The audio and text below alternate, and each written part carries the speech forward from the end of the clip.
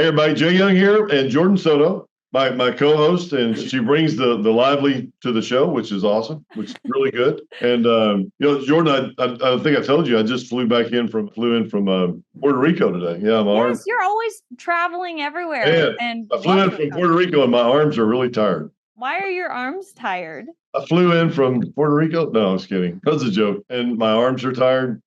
Flew. I didn't fly. I'm just kidding. It's like I'm a bird and I fly. No. Oh, I got it now. I got it now. Okay. That took me way too long to get. I'm not even gonna lie, but there are crazier things that have happened than me not getting a joke. But when we're talking about crazy things, this A&D world right now in the oil and gas industry, the energy industry is just going bonkers, I feel like. Yeah, it really is. Really is. What are your thoughts on what's happening right now in the energy industry? Yeah, I mean, once you come back and say, "Hey, is there anything else going to happen anytime soon?" and all of a sudden another deal comes in. I mean, Matador picked up $20 billion worth of a private equity company today. I mean, it's like every day there's something in the news that people are building these huge companies and they're selling off, and companies are coming in and like Endeavor, for $26 billion. I mean, that company out of Midland, Autry Stevens, I rode up on the elevator with him a couple of months before he sold for $26 billion. They thought they was like, well, maybe 10 or 15, and all of a sudden 26. $26 billion. Could you imagine, Jay? No, Let's I just can't take a moment. imagine. Let's think about it. That's a lot of money. That's a lot of money. That's a lot of zeros. That's a lot of zeros. It really is, and he is a very huge success story because he started behind a bank teller. He was a bank teller in the very beginning in Midland in the 30s, 40s, 50s. I don't know when he started. Wow. He's pretty old now, but he started and just started picking up acreage, picked up rigs. He did the show. I talk about I want to do a show. Yeah. I want to do a show with the different parts of the oil and gas business, and we go in and develop prospects and pick one or two. I thought of that because of him, Autry Stevens. Really? Yeah, I did. He did a terrible job though. He did All not. right, we need to get him on the phone. We need to get this show up and running. Netflix, I know we do. you next. It's going to be unbelievable. It really, really is, because we're going to talk about how to pick up a show, how to look at prospects. Yeah. What do we do in picking a prospect? We're going to go drill it. We're going to complete it. We're going to put oil in the tanks. Mm-hmm. It's all going to be live, and it's all going to be right there next to you. It's going to be a Netflix. It's going to be a Netflix series. We're manifesting it right now. That's what's happening. Absolutely. It is. It really is. I think it's a great idea. People want to know more about the oil and gas business, and they want to. Yes. I don't think that there's energy literacy, really. Like, if you ask somebody, like when you flick your light on, where does that energy come from? Right. I don't know that people could really trace it back. I don't know that they could. I never thought about it until somebody asked me that question. And I was like, time out. I've never thought about that before. It's so at our fingertips, literally, that it's just kind of taken for granted a little bit. But there's so many things that have to happen along the way in order to get you your energy to flip on your light switch. Or drive your car. Or drive your car. Or your makeup, car. your lipstick, your plastics, your... My lipstick? Lipstick, yes. Clutch my pearls. Hey, there's a lot to learn. There's totally a lot to learn. There is. 2006 State of the Union address, George W. Bush said that the United States has an addiction to oil. We have to have oil. We have to have it. I think he's wrong. We're still not producing. We're still not producing as much as we need. We're at 13 million barrels a day, and we still need over 20. So we're still way down in our production levels of our supply and demand. That's why prices are so crazy. We talked a little bit about something similar, I want to say, with our podcast show guest, Todd Brooker of Cawley Gillespie and Associates. I believe we talked a little bit about that. Speaking of, I think it's time, Jay. Is it time to see what Todd Brooker had to say? Yeah, and what does Todd Brooker do with Cawley Gillespie? Let's kind of go over that a little bit, because I want to make sure everybody understands. So to grow this business, or to get to $1 billion or $5 billion, whatever, you have to have somebody that comes in and does an appraisal on your oil and gas properties. So it's like an appraisal on your house, right? Oh, interesting.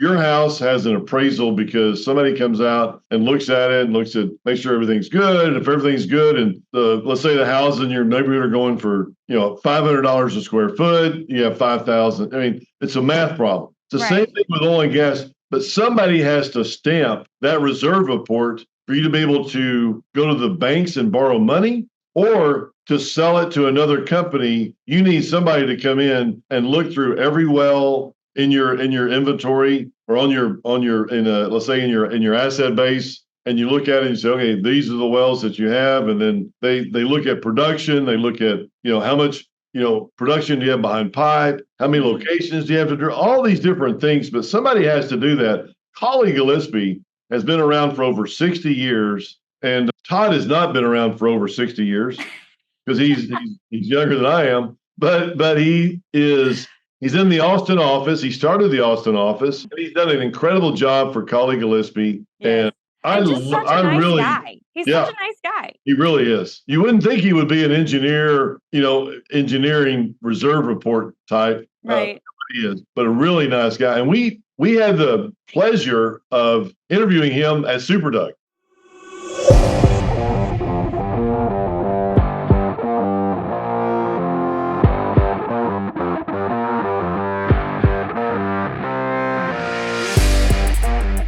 Hey everybody, Jay Young here. We're at Super Doug 2024, and we are really excited. We've got a lot of action-packed information we're going to have today. We have one of the best in the business with Todd over here. First, we're going to talk about Jordan. Jordan, thanks for being here. Thank you for having me. This is our first day, our 4th episode, and I'm really excited. Yes. And we really do well. I'm so glad that you're here. And you know what? We love having you here too. I feel like this was just like a little thing right now, but Yeah. let's bring you on in. Absolutely. How's business? How are you? Well, first of all, I'll say thank you for having me, and I'm so glad to see you two teamed up. I mean, you're definitely going to elevate Jay's skills here, so Thank you. good choice. IQ already's gone up tremendously. Tremendously. I'm not sure the exposure, but also the IQ is really Oh, good. you're just Yeah, kind. IQ definitely. Yeah, but congratulations on your new career as Thank well. you. But business has been very good. Todd Brooker, yeah. Cawley Gillespie here. Cawley Yeah. Gillespie is a reserve. Yeah, They do reserve reports. So yeah. if a Just call it company- CG&A, okay, for short. Cawley Gillespie and CG&A. Associates. It's been around Yeah. 62 years. We do reserve valuation. So if King was to call me and say, hey, Todd, we have 1,000 wells we want you to evaluate, we would figure out future reserves, put some values on it and say, okay, you're worth $2 billion and you guys can go out and use that for collateral, for financing, to purchase somebody, whatever you want to do. So most of our work is valuation work and it's used for financing purposes. Gotcha. But we do a lot of deal flow. So Yeah. you might call and say, hey, we're overloaded. We're looking at 20 deals and we can't look at all of them. Can you help me out? And so we'll bring in our staff of engineers and geologists and we'll help you work that deal, help you get to a bid or You were whatever just you need. asking about that. I know. What do you mean now? You said that if I was looking at 20 deals, Yeah. I'd bring you in. Why would I bring you in? What do you mean bring you Well, in? maybe you've only got a small technical staff and they can't Oh. handle that amount Yeah. of deal flow. So you You're need like to an extension. of We'll the be an company. extension. We do a Yeah. lot of that, and we're seeing more of that these days. As companies focus on G&A and they want to keep their head count down and they want to keep Yeah. their costs down, but they're okay pushing some out to consultants Yeah. like us. So yeah. Is it only geologists? Is it geologists and engineers or just engineers? little of both, mainly petroleum engineers, but we have chemical engineers, mechanical, petroleum, geologists, a certified petroleum geologist, geophysicist, and but we're 35-person firm in 3 offices. Fort Worth is our home, but I'm in Austin, and we also have a Houston office. Love Austin. And yeah, I love Austin too. It's changed a lot though. It has changed. Keep Yeah. it weird. Yeah, keep it Oh weird. my goodness. But There's a section of Austin downtown called Rainy Street. oh my and gosh, it's the saddest thing that is happening right now. There's There- 9 massive cranes in the sky. I Oh. mean, the So largest. Go For ahead. reference, it used to be like this cool like bungalow like bar scene that was really cool and hip, like all these bars that came up in homes, and now they're like demolishing everything to be apartments, and we're like, hold on, this was the new 6th Street and now it's not Gone. and now it's gone. It's Oh my being- gosh. I mean, it's a sad sight, but I understand why. Austin is growing as it always has. It's just always growing, it seems. But still, I feel like it's a tragedy. Yeah. It is growing, but let me just say this to anybody listening to this: don't move to Austin. Move somewhere else, please. Okay. It's We don't have the terrible. roads for you. We don't have the infrastructure, but just visit, leave your money there, and leave. I was That's my talking message. to a friend of mine. Yes. Thank you. So I'm a friend of mine. Her daughter's playing volleyball and Avery Carlson, but setter.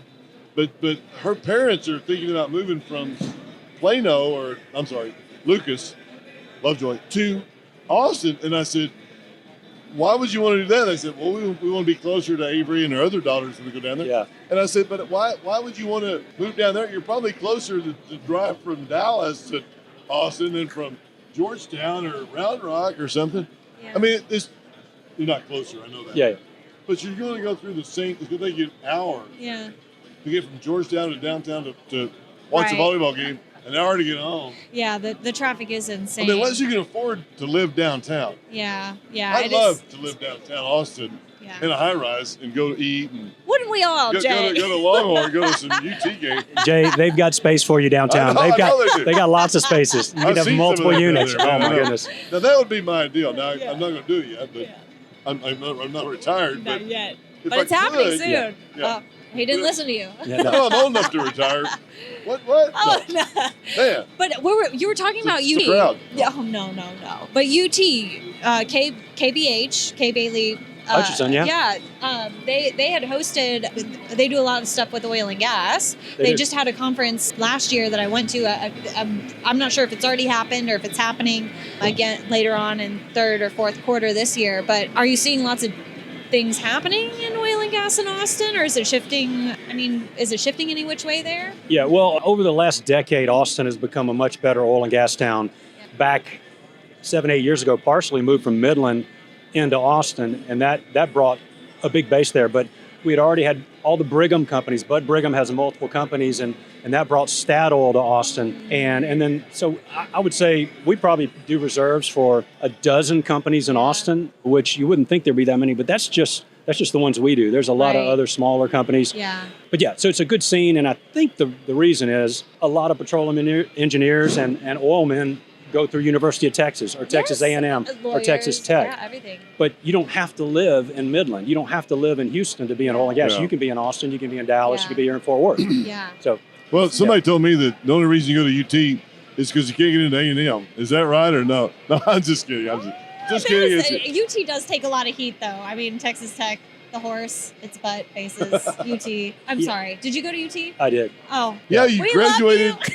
and I'm very proud of it. And I mean, Texas A&M and Look, the University of Matthew Texas. McConaughey is even there. I mean, you know. Yeah, he's cool. He's great to have in Austin, and he's a good advocate. But University of Texas, Texas A&M are typically 1 and 2 when it comes to petroleum schools. So Yeah. I'm happy I picked one of them, and I love University of Texas and wanted to end back up in Austin. My wife, her family is there, so we Yeah. ended up back there and opened an office about 22 years ago, Yeah. and managed to hang out in Austin for Okay, a while. what is that That's like great. when you're starting from scratch? Essentially, you're building an office from the ground up. What do you think the biggest hurdle is for building that in a new place? Well, it depends. Like if you're an operator, or in my case, I'm not an operator. My business is billable hours, something like a law firm. So the only way to actually have billable hours is I need people to bill, right? So Right. I need people. And so that's the first thing, is to get good, competent engineers and geologists. And then I've got to have project flow. Right. I got to have deals. Gotta have I enough work to go around. Yes. And so for me, that's the way I did it in Austin. I did some business development. I grew the project flow. Yeah. I grew the business a little bit there, hired some people to do that work. And then I had enough going on that I needed to have a larger place. And so we were in one location for 20 years, and I just moved to a new spot, a bigger space, built out. It's very nice in the Congratulations. hills of West Austin. Yeah, love it. And and we are mostly a work from the office company, Yeah. but we're flexible. We with COVID and the way things changed, and the way the internet allows you to be mobile and be anywhere. Yeah, it really does. It does. And so all I care about is you get your work done, right? Yeah. I don't care where you do it from and what clothes you're wearing. So we give people flexibility. But wearing pants is nice sometimes. We've seen the bloopers that have gone across the internet. Watch out. I've had this on before with some shorts, admittedly. I mean, Did So have shorts what on. is, so you started off with a handful of clients or something in Austin, and is that what you did? Or because people get reserve reports twice a year, right? Is it once a year, twice a year? it's 1, 2, or 4. It just depends on who it is. Four. Yeah. Each The quarter? average? Yeah, sometimes quarterly. 4 times a year, every quarter? Yeah. Most of them are 1. I mean, annual reports, and they'll do a mid-year on their own, but a lot of clients are 2 a year. 2 a year. But let me just be clear. I joined Cawley Gillespie back in '92, and I worked in Fort Worth here for almost a decade. And then I moved to Austin and opened that office. Yeah. And mainly we wanted to be closer to my wife's family, and it was Austin. And just although Fort Worth's still my favorite city, and It's an I love awesome city. There's a lot to do. it is. Yeah, It's so clean. It's so cool. It's so crisp. It's is not crisp. Dallas. That's a great way to put it's it. not Dallas. It's just its own thing. Yeah. And I love it. But I also love Austin. It's just a cool place. Although it is changing. Like I said, and stay away. And I'm serious. But anyway, so to establish something there, hire the people, get the project flow going, and all that. I'm real proud that we did that. But I was already at Cawley. I didn't go down there starting with nothing. In fact, one of my biggest clients at the time was Brigham Exploration when they were growing their Bakken presence in the in 2000s. And I owe so much to Bud Brigham and Lance Langford and that whole crew there. Is that they kind of put my Austin office on the map. Yeah. And then from there, my business grew with word of mouth, just doing good work. It comes again, ROR, return on relationships. I'll say it. Hey, again. relationships is huge. Yeah, it's huge. And you do it better than anybody I see in the industry, because what you're doing right now is not easy. I mean, it takes time. It takes energy. And so I appreciate what you're doing. And actually, you're kind of a role model for me, because I don't have a podcast and I don't have microphones, but it's cool to be on your show, by the way. Well, thanks. I appreciate that. And it is because I've found, it's like I've used relationships all my life. And ever since Bob Bodine wrote the book about relationships, the book of how. The book of how. Who? You're the good. Book of who. You're a big reader. I didn't realize you have so many books. I'm going to have to get the book list. Yeah. And I'm about 100 years older than you are, too. So I've had a lot more experience and a lot more time to read a lot more books than you. But the book of who is Bob Bodine, which is a great book, by the way. It's unbelievable. But it talks about relationships. That's kind of what I like to do. Yeah. I go to a Ranger game, and I'm in those suites right behind the home plate. I know somebody in almost every one of them. Oh, that's cool. Yeah. That's so cool. I just like to hang out and talk and sort of go to their suite, or they come into mine, or whatever, or the Maverick game. But I think that's a part of it, right? Is like showing up to things outside of like just business centric things, because you have to build, because if you focus just on business, it's almost one dimensional of like a personality, it's not, you don't get the roundness and the comfortability, the comfort that comes with actually seeing somebody as like a person and a human, and like somebody that you are like, you think of them because you have something in common, right? You're finding the common ground and things like that. It's not what you know, it's obviously, who you know.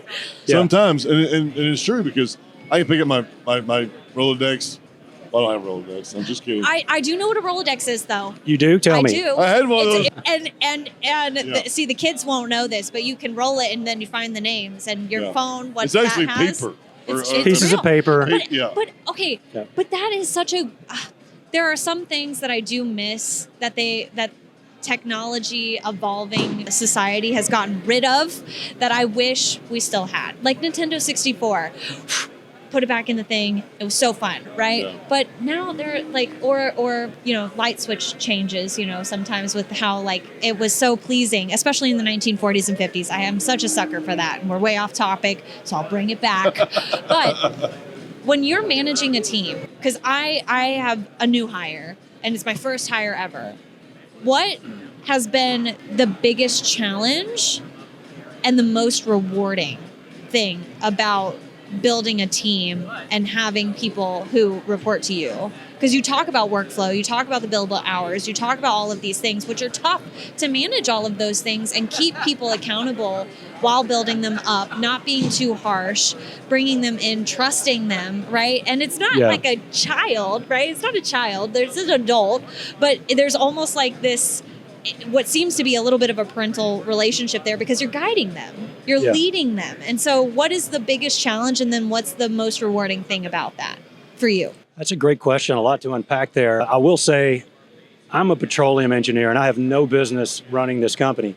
and I'm honest. I mean, I don't have a business degree, and haven't taken a whole lot of schooling or classes on management and managing people, but I've done this for 30 plus years now. And so I kind of learned a little bit on the fly. Somebody like you, I see a mentor, and I try to emulate them. And and do what they did and then make it my own, just add my touch to it. And so first thing I try to do is hire very well. Yeah. If you hire really smart, competent people, then you don't have to worry about them too much. How do you know if they're smart and confident? I mean, you can kind of sense the confidence, but like sometimes people can fool you. Yeah, and I'll say I've been very You're fortunate. always gonna make mistakes. People. I've interviewed people that know how to interview. Yeah. They don't know how to keep a job for a week, but damn, they know how to interview. Fair. Like Yeah. dating, it's just like Yeah. I mean, date it kind of is. I mean, whether you're trying to find a therapist or you're trying to find an employee, you're just kind of going through a lot of different people to find the right one. That's exactly right. That therapist might connect with Jay, but might not connect with you. Right. Yeah. And so I've had employees like that I've hired that were just impeccable resumes that they were, and I was so happy to get them, but it just wasn't, the job wasn't right for fit. them. What we were doing wasn't right because we have deadlines, and sometimes you have to work nights and weekends when you have to get that It's report demanding. out on time. And some people are just 9-to-5ers. They just want to earn a nice Clock in, income, clock take care out. of their family, pay the mortgage, Yeah. and they don't always want to be a superstar and work those long hours and maybe try to become a partner in the firm or an owner or own their own oil and gas company someday. Not everybody's that ambitious. So you hope to hire somebody who's smart and competent, but then let them be themselves. And if you see that spark, maybe you can do some things to help them elevate. And mainly I just get out of their way. Yeah.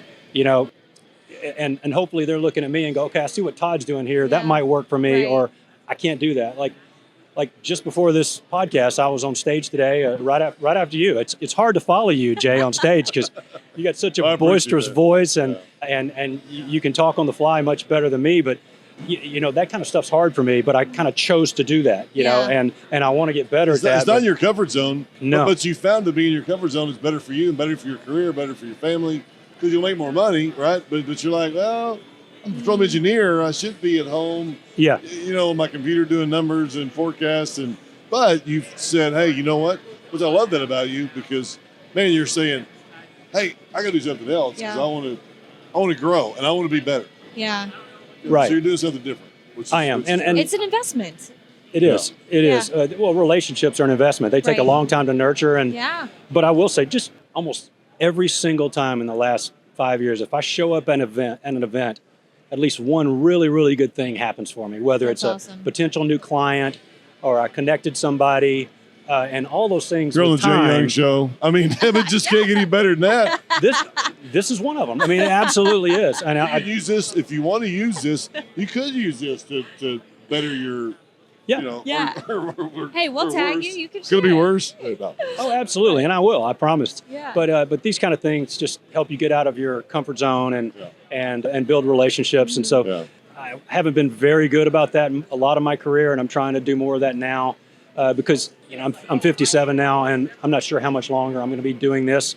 Maybe I'm 5 to 10 more years before I retire. I don't know.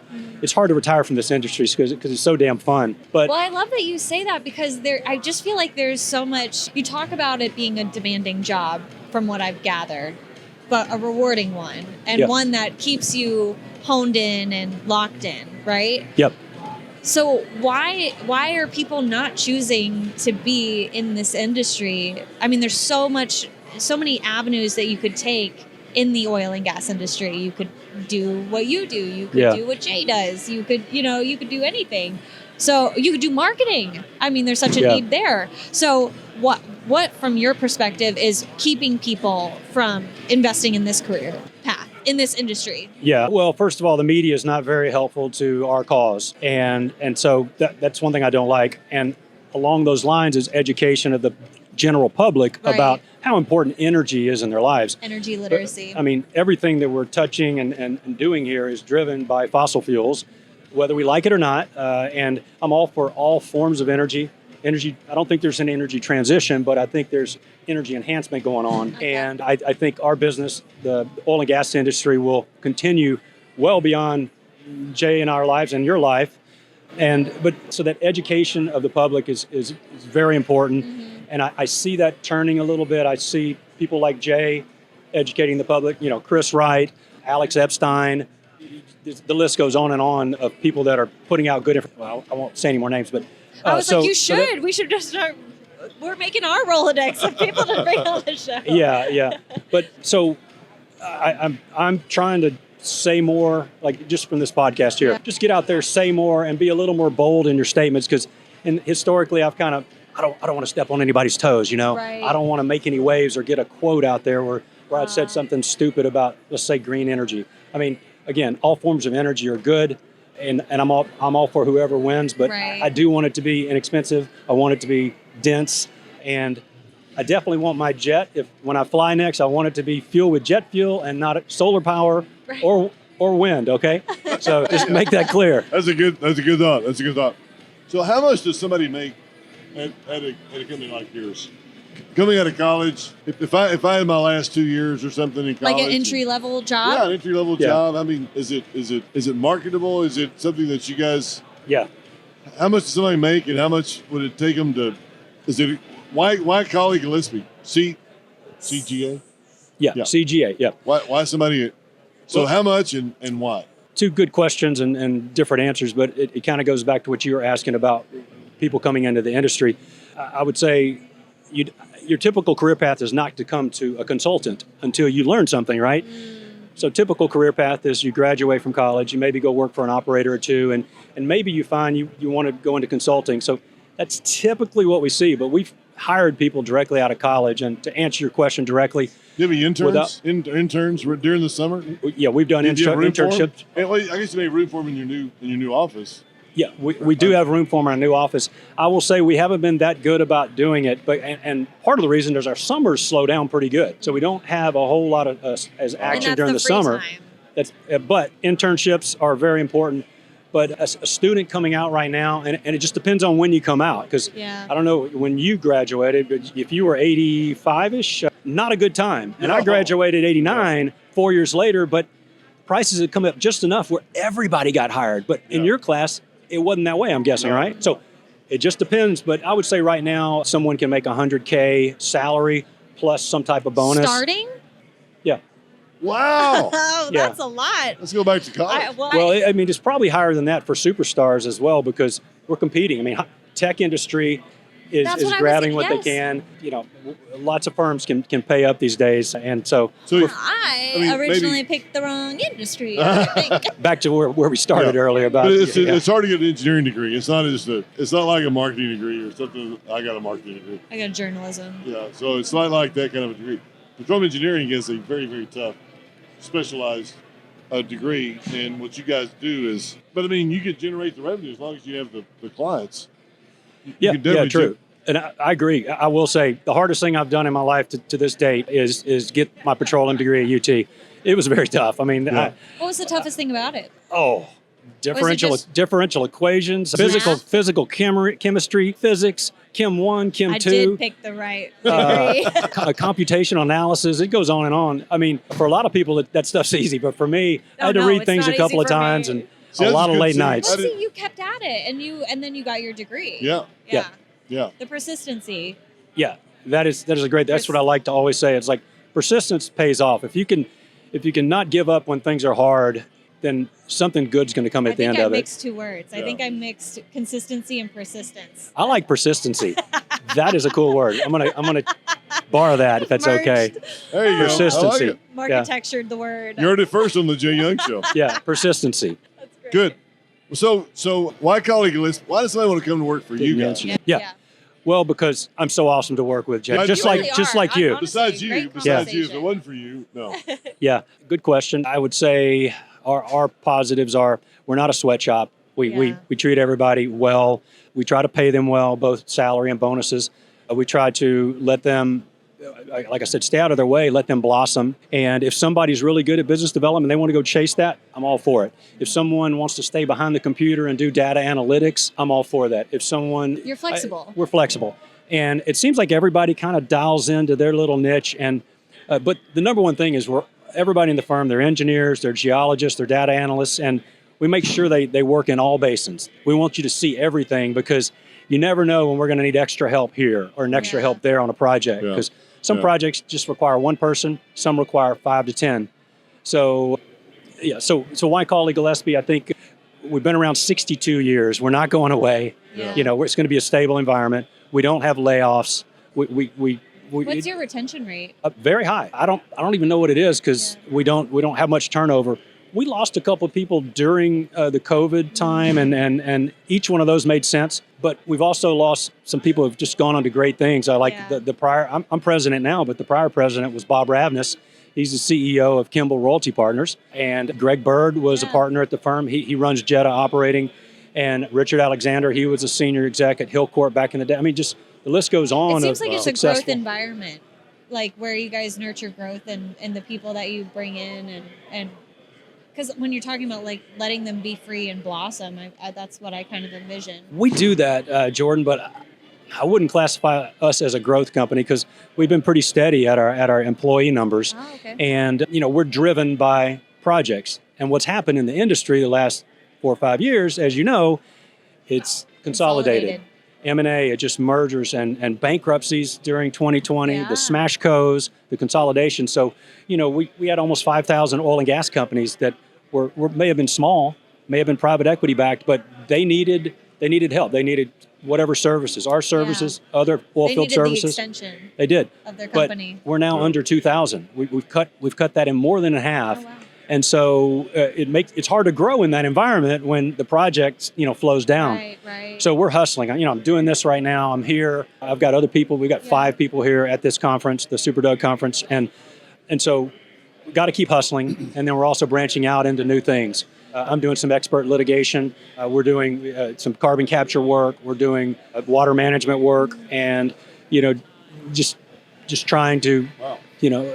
Blossom a little bit there. I think that shows the type of leader that you are, that you're willing to adjust and support the people that you have under your wing. You're like, okay, this consolidation has affected us. What can we do to continue forward to keep the stable environment and keep this? It's almost like a promise that you've made by bringing people in, and I think that's a great reflection of you as a leader, to take those initiatives to then say, this is the type of leader that I am. I'm going to do some of the groundwork too to help everybody move forward.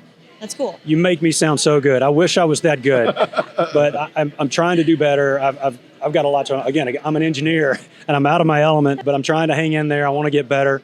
And I'm hoping when I'm your age, which is just a few years above mine, I'm hoping I'm killing it like you are, because I know you do a good job at your firm as well. Well, Jay hustles. Yeah.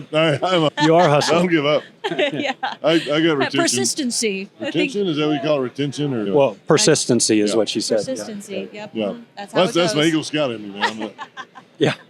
I'm an Eagle Scout. My dad told me, hey, I don't care what you start, you're going to finish it. So I started my Eagle Scout. I got my college degree, and I wish he'd have said, get your petroleum engineering degree instead of just finish college, son. If he told me more about what I needed to do, it'd have been awesome, because I can't imagine making $100,000. I think I made $20,000 my first year out of college or something. Me too. Well, there's been inflation since then. No. That was my first job. I got $18,000 a year out of college. Oh, wow. And it was in radio. Journalism. So. Yeah, radio, journalism. Yeah. They It don't was a pay. tiny town, but it was in Florida. I was on the beach, Yeah. So, he said $100,000. Look where you are now. Really, Look where you are now. And look, this is on the this Jay is Young gonna- Show. Absolutely. What's Todd? I can't wait. It's going to be great. Yeah. Well, thank It's you, gonna be Todd, great. for being here. It's really been My a pleasure pleasure. talking with you and getting to know you more as a leader, as a person, and what you manage, how you handle it, and look forward to this next year, 5 years from now, 10 years from now, and everything you accomplished. Congratulations on what you've accomplished so far as well. You're very Absolutely, kind. Todd. Thanks for being here. So it's a petroleum engineering degree at Cawley Gillespie. You can move to the city that makes you want to be weird, right? Is that what they call it? Keep Austin weird. That's Keep what they Austin say. weird. Yeah. Yeah. Or Cowtown. Or weird, or The new slogan is "Keep out of Austin." keep out of Austin. And I don't blame anybody for saying that, especially if I lived there. I would say, please, just don't. Yeah. Just don't. Traffic is bad. Yeah. Yeah. Man, I can't imagine driving to work every day if I were downtown or whatever. I couldn't. I don't. So that's good. That's good. Anyway, Cawley Gillespie's got a great company. They're out of Austin. They're out of Dallas. They're in Fort Worth. But they're open to letting you work at home, a day a Flexible week work or environment. something. Or, Yep. Hey, as long as you Flexible log in on those hours, if you put those hours in, man, Close Yeah. that's what I like. I mean, do projects. Yeah. You Yeah. got it. And I'll speak directly to a couple of key employees. Get your timesheets in by the 5th of every month. Thank you. They know who they are. there you go. Yeah. Thank you very much. Jay Young Show, Jordan Soto. Hey, I'll tell you what, had a great day today at Super Doug, and I look forward to being back again soon. Thank you.